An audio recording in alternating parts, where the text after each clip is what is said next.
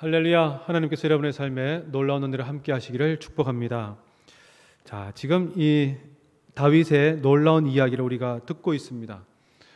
다윗이라고 하는 한 인물, 그 인물이 왜 이런 상황 가운데 처하게 되었는지 살펴보기 전에 암몬이라고 하는 나라에 대해서 좀 살펴보도록 하겠습니다. 여러분 잘 아시다시피 암몬은 요단 동쪽의 왕국인데 이 예루살렘에서 건너편에 보이는 겁니다. 예루살렘에서 보면 예루살렘 동쪽에 있는 왕국이 되고 사해 건너편에 위치한 왕국이 되는데, 여러분들 잘 아시다시피 룻기에 나오미와 엘리멜렉이 이민 갔던 곳이 바로 이 모압이라는 곳이 이 모압의 암몬이 되겠습니다. 아니다, 잘못했다. 다시 하자. 다시. 할렐루야. 하나님께서 여러분의 삶에 놀라운 은혜로 함께 하시기를 축복합니다.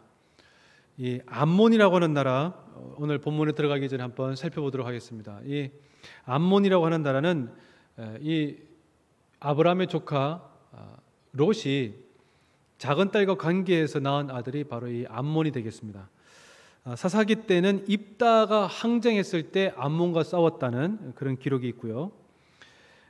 이 암몬 사람 나하스, 사무엘상 11장 오늘 본문에 앞쪽에 보시면 암몬 사람 나하스가 이 길르앗 야베스 사람들하고 이제 싸우게 될 때, 길르앗 야베스 실제로 이제 사울 군사가 한 33만 명이 동원해서 싸웠던 그런 전력이 있는 곳인데, 아무튼 이 길르앗 야베스 사람들이 암몬 사람들이 와가지고 싸우려고 하니까 화친을 맺자고 하니 이 길르앗 야베스 사람들이 뭐라고 얘기했는가 하면은 너희들 오른쪽 눈을 다 빼야 될 것이다, 이렇게 얘기해가지고 사울이 열받아가지고 진격해서 싸웠던 바로 그 대상도 이 암몬 사람이 되겠습니다.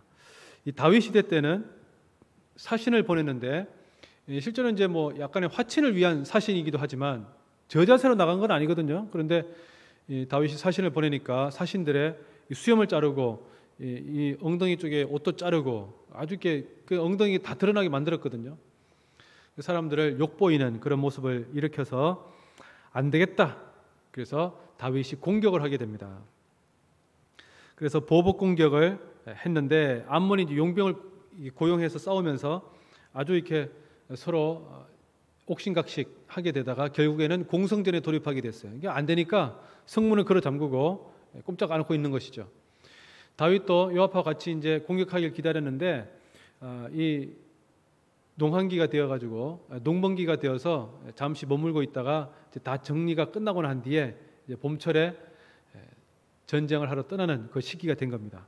여러분 오늘 읽으셨던 본문 중에서 11장 1절 그 해가 돌아와 왕들이 출전할 때가 때문에 이렇게 되어 있는데, 왕들이 출전할 때는 언젠가 하면은 우리는 이제 봄이라고 생각하는데 봄이 아니고 우기가 끝난 초여름에 바로 이 암몬 공성전을 위해서 이제 지금 출발할 시기가 다 다가왔는데, 그때 모든 왕들은 다 출정을 하는데 다윗만 궁정에 남아 있었다는 거죠.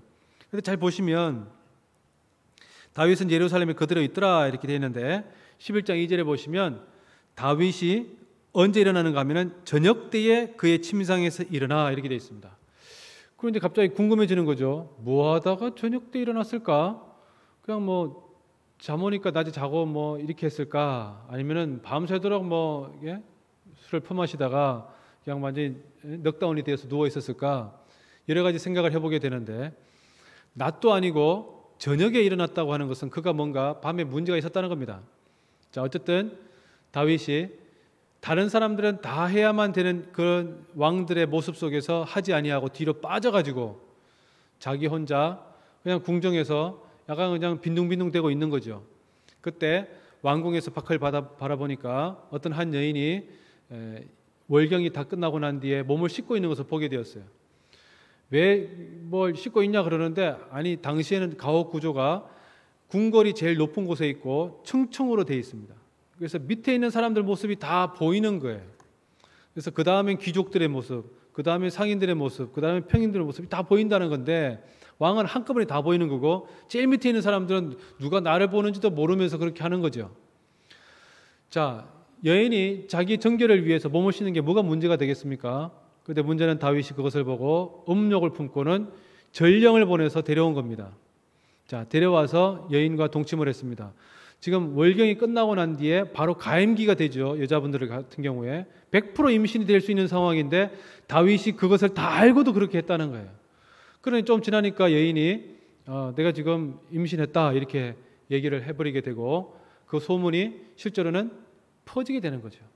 여러분 누구를한테 데려오게 했습니까? 전령 사람을 보낸 거 아니잖아요. 사람을 보냈으니까 그 사람들이 오가면서 여러 가지 이야기가 나오겠죠. 밧세바가 누구한테 얘기했겠습니까? 그 전령한테 얘기했겠죠.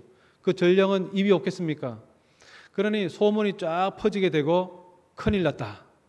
그래서 전방에서 한참 싸우고 있던 그 장수를 최전방에 있는 장수를 데려오게 합니다. 그리고 자기가 생각하기에 아내하고 잠자리에 들면 뭐 네 애냐 이렇게 하려고 했는데 우리아라고 하는 사람이 그런 사람이 아니었죠. 여러분 역대기에 보면 우리아라고 하는 사람은 다윗이 자기가 있는 장수를 1번부터 쫙 꼽아보는 거예요. 그런데 40번 안에 드는 용사입니다. 근데 이 사람이 헷사람 우리아예요. 이 사람은 원래 이스라엘 사람도 아닙니다. 그러니 그가 그 그룹 안에 들기 위해서 얼마나 용맹스럽게 열심히 싸워왔다는 것을 우리가 알 수 있겠죠. 그런데 바로 그 사람 헷사람 우리아 바로 그를 부른 거예요. 그래서 그에게 집에 가라고 하니까 그 사람이 자기가 살아온 결대로 살아가는 겁니다. 저는 한 번도 그런 적이 없습니다 하면서 왕의 군사들과 같이 그냥 텐트 치고 자는 거예요.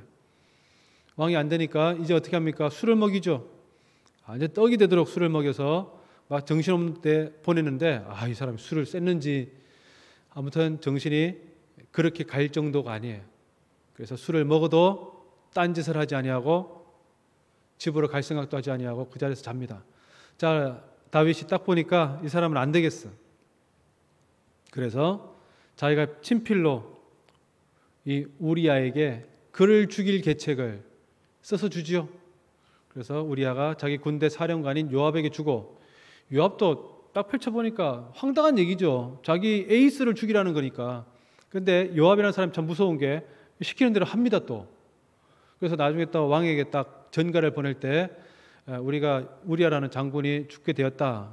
왜 죽었느냐 이렇게 혹시 묻거든. 뭐 이렇게 상황이 이렇게 됐다. 설명하라고 또 얘기하는데 설명하는 사람도 그냥 그들의 얘기를 하죠.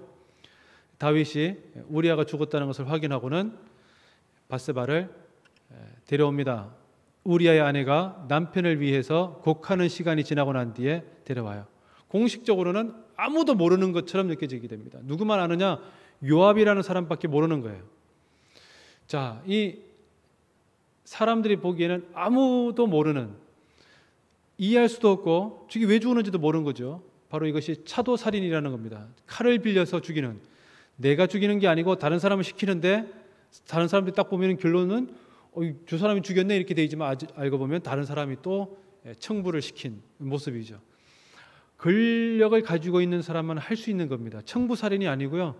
차도살인은 바로 이러한 권력을 가진 자만 할 수 있는 최악의 모습입니다. 왕들은 그렇게 많이 했었거든요.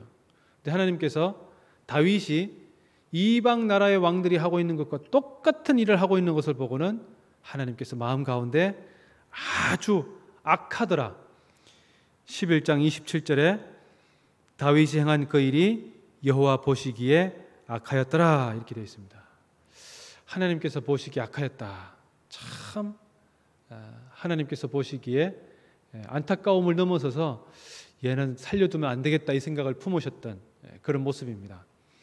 여러분 다윗이라고 하는 사람, 여러분 그 이후에 보시다시피 다윗이 정말 눈물로 회개하지만 다윗의 왕가는 오래 가지를 못했습니다. 하나님께서 그에게 보셨던 안타까운 모습은 무엇인가 하면 하나님께서 주셨던 권력을 자기 마음대로 사용했다는 거예요. 그것도 대단한 일을 위해서 사용한 것도 아니고 한 여인을 취하고 그 여인의 지아비를 죽이는 일에 자기 권력을 썼다는 겁니다. 그것도 비열하게 전쟁터에서 나라와 국민을 위해서 싸우고 있는 전쟁터의 장군을 내몰라라 하고 그렇게 무시하는 처사를 해보였다는 것이죠. 여러분 다윗 자신도 그렇게 오랫동안 싸운 사람 아닙니까? 그런데 왜 그렇게 했을까요? 그것이 권력이라는 것을 가지고 있으면 변하게 되는 인간의 안타까운 모습이 아닌가 생각이 듭니다. 우리가 다시 한 번 더 보았으면 좋겠습니다. 다윗이 죄를 지은 이유가 뭡니까? 자신이 해야 될 일들을, 왕이 출정해야 될 때를 망각했던 것, 그가 안타까운 모습이었고, 그리고 욕정에 사로잡혀서 실제로는 사랑의 소중함이라고 하는 것과 욕정을 구분하지 못했다는 것이죠. 자기의 욕정을 채우기 위해서 왕들이나 하는, 이방의 왕들이나 하는 일들을 서슴없이 자행했다는 것, 그것이 가장 안타까운 것이고, 그리고 밧세바라고 하는 사람에 대해서 인격적으로 존중하지 않고 실제로는 성폭행한 것입니다. 이런 안타까운 모습들을 우리가 바라보게 됩니다. 하나님의 사람으로 살아간다는 것 참 어려운 얘기입니다. 자기가 선 줄 안자는 넘어질까 조심하라는 말씀이 여기에 어떻게 보면 꼭 들어맞겠죠. 자기가 제일 잘하고 자기가 가장 힘이 있고 능력이 있다고 생각할 때, 여러분 그때 가장 우쭐에 있을 때, 그때 시험이 찾아오는 겁니다. 가장 약해 있을 때, 힘도 없고 능력도 없을 때 시험이 찾아오지도 않아요. 실제로는 가장 넘어지기 좋을 때는 가장 힘이 좋을 때라는 것, 자기가 가지고 있는 가장 자기의 장점으로 승부하고 있을 때 그때 넘어지기 쉽다는 것, 그렇기 때문에 언제든지 몸의 중심을 낮추고 하나님 앞에 겸손하며 살아가는 우리가 되어야 될 줄로 믿습니다. 그렇게 살아가는 우리가 되도록 합시다.